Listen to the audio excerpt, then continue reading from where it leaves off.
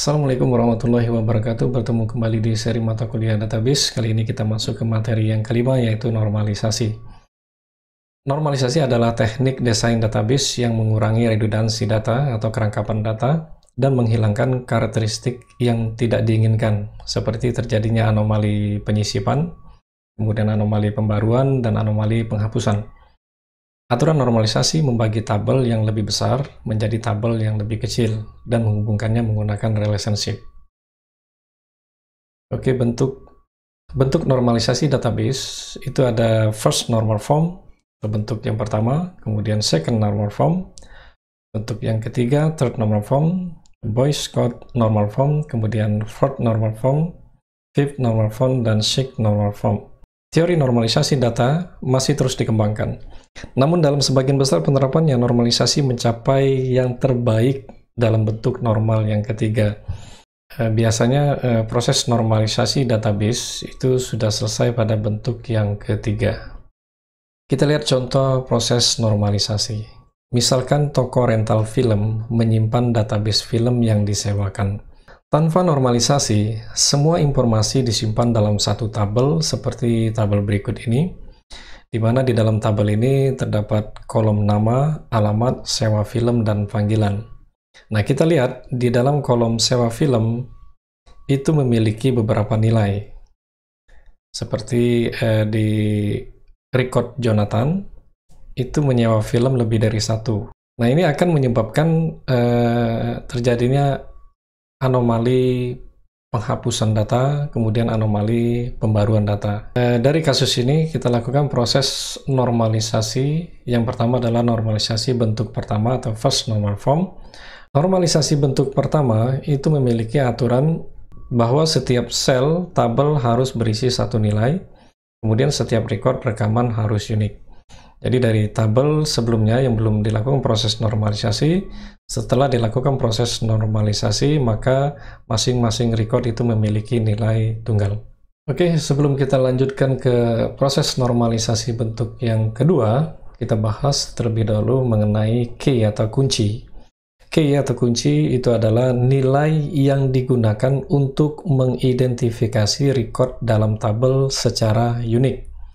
Key atau kunci ini dapat berupa satu kolom ataupun kombinasi dari beberapa kolom.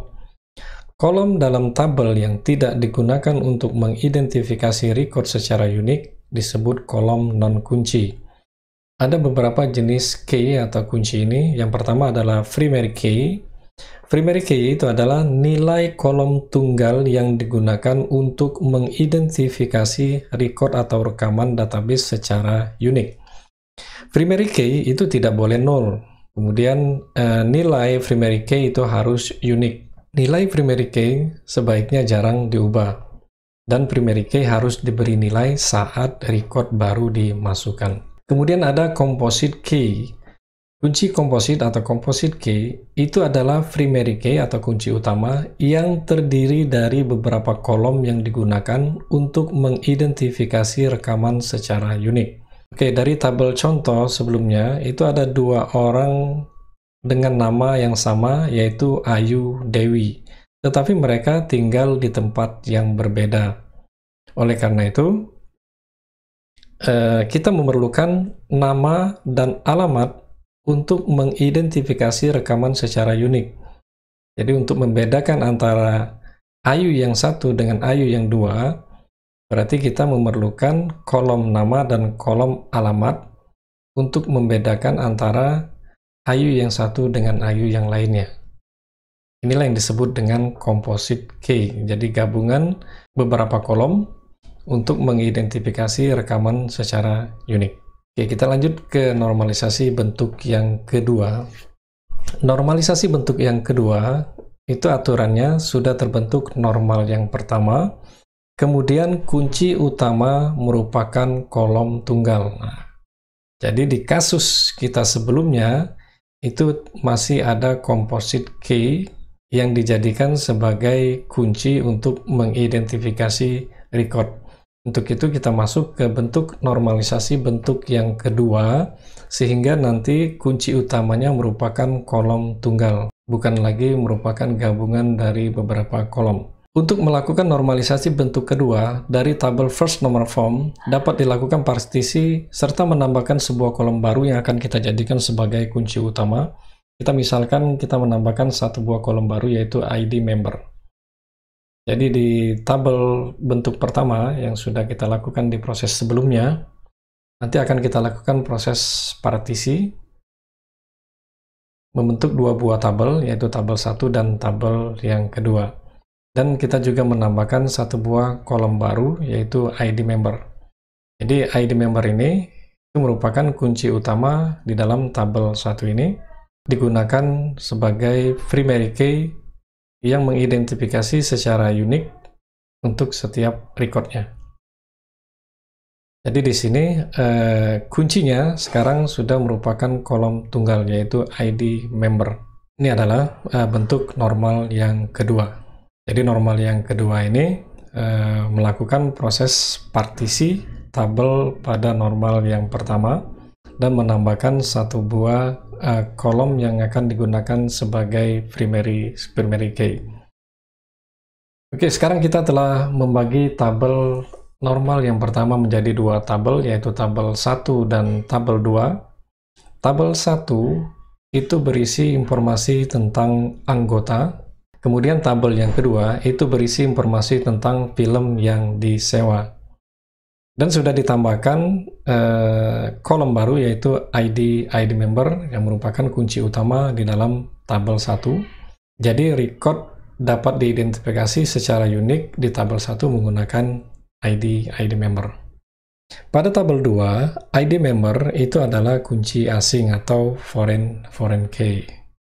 Apa itu foreign key? Foreign key atau kunci asing itu mengacu pada kunci utama dari tabel lainnya. Kemudian foreign key digunakan untuk menghubungkan antar tabel.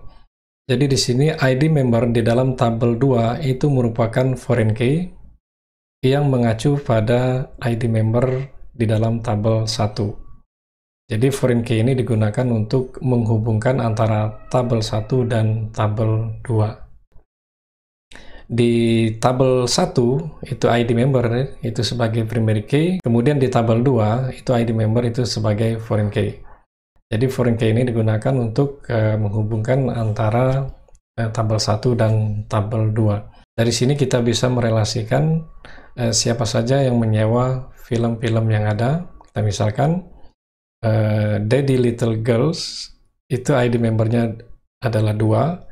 Berarti di sini mengacu kepada tabel 1, 2 itu adalah Ayu Dewi yang tinggal di Jalan Merpati nomor 131. Jadi informasinya itu didapat bahwa Daddy Little Girls itu disewa oleh ID member nomor 2. Mengapa foreign key itu dibutuhkan? Misalkan seorang user menyisipkan record baru di tabel 2 seperti berikut ini. Jadi misalkan di tabel 2 itu kita sisipkan satu buah record baru, yaitu ID membernya 101, nama filmnya itu adalah Mission Impossible.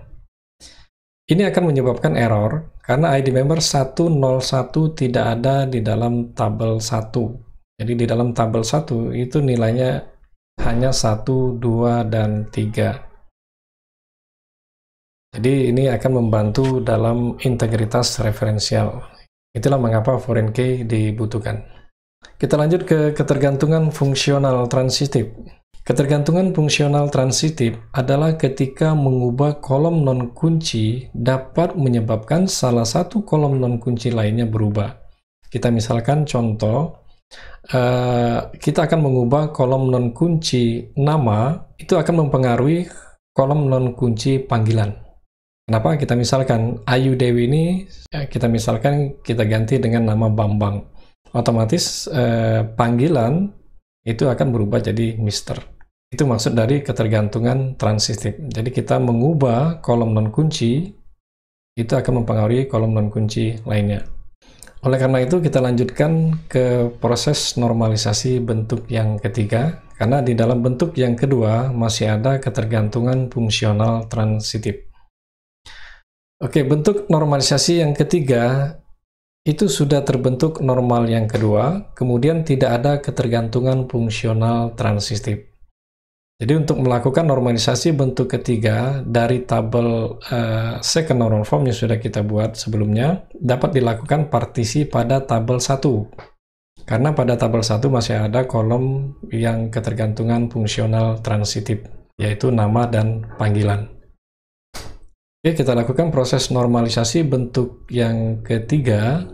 Berarti di dalam tabel 1 ini kita lakukan partisi kembali dengan menambahkan satu buah kolom baru, yaitu ID panggilan. Jadi tabel 1 ini kita lakukan proses partisi, maka akan terbentuk tabel baru, yaitu tabel yang ketiga, di mana tabel ketiga dan tabel 1 itu berelasi menggunakan ID panggilan yang sudah kita tambahkan, yang kita gunakan untuk menghubungkan antara tabel 1 dan tabel 3. Jadi antara tabel 1 dan tabel 3 itu berelasi menggunakan kolom ID panggilan. Oke, dari normalisasi bentuk yang ketiga ini tidak ada lagi ketergantungan fungsional transitif dan tabel tidak dapat diuraikan lagi lebih lanjut ke normalisasi yang lebih tinggi, maka proses normalisasi selesai. Dari normalisasi bentuk ketiga ini, maka dihasilkan 3 buah tabel, yaitu tabel 1, tabel 2, dan tabel 3. Oke, saya rasa cukup sampai di sini materi mata kuliah database membahas tentang normalisasi. Kita lanjutkan ke materi-materi berikutnya. Saya tutup. Assalamualaikum warahmatullahi wabarakatuh.